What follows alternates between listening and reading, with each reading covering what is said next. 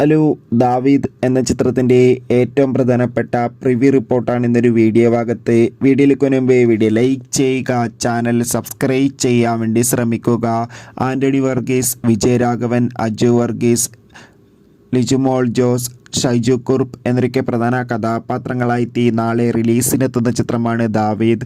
ഏവരുമേറെ ആകാംക്ഷയോടെയാണ് ദാവീദ് എന്ന ചിത്രത്തിൻ്റെ ഓരോ അപ്ഡേഷനും അറിയാൻ വേണ്ടി കാത്തിരിക്കുന്നത്. ചിത്രത്തിൻ്റെ ഒഫീഷ്യൽ ടീസറിന് അതിഗംഭീരമായ റെസ്പോൺസ് ആയിരുന്നു സ്വന്തമാക്കാൻ വേണ്ടി സാധിച്ചിട്ടുണ്ടായിരുന്നത്.